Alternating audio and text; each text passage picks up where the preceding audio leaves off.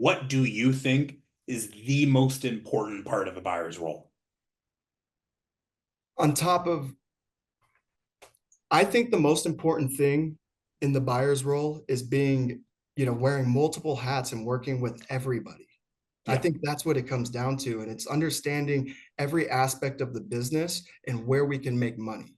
Yeah. It breaks down to, we were talking about it earlier, and, in Arizona, the license comes with 5 attachments. It comes with, you know, a retail, it comes with an on-site, off-site cultivation, it comes with an extraction lab, and then it comes with an edible kitchen.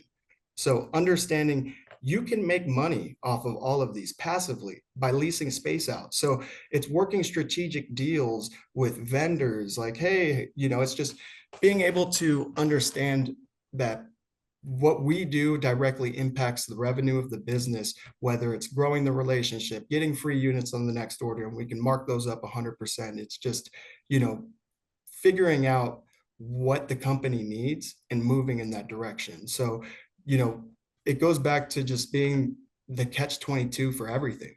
Yeah. We're Yeah. we're setting the promotions, and I think the biggest thing is what we do directly impacts the bottom line revenue of the company, and it's the inventory, the cash that's tied up in back rooms, the cash that's tied up at distribution hubs, and understanding that you don't want to be tied up in any of that. You want your products moving, you want to have healthy, very healthy inventory levels, and if you don't, then you gotta create the promotions now you're Yeah. doing marketing, and Yeah. now you're slating everything, and you're ensuring that the product is always moving and the company is always making money. And then, yeah, I mean, the biggest aspect is just over communicating with everybody, and knowing that what you do directly impacts the revenue, and it's just being very vocal about everything and working with your vendors. I think that's what it comes down to, being in Well, this. I think what you did a really made a great statement earlier, which was like, you could have a vendor's marketing team talk to the retail marketing team and come out with a great marketing plan.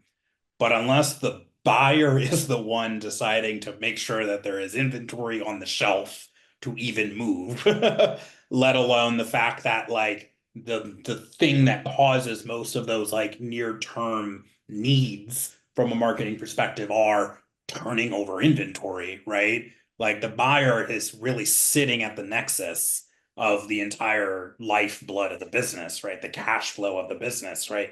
Ultimately, if there are no objects on the shelves to sell, ultimately, if the customers are not coming in the door and are not seeing things to buy.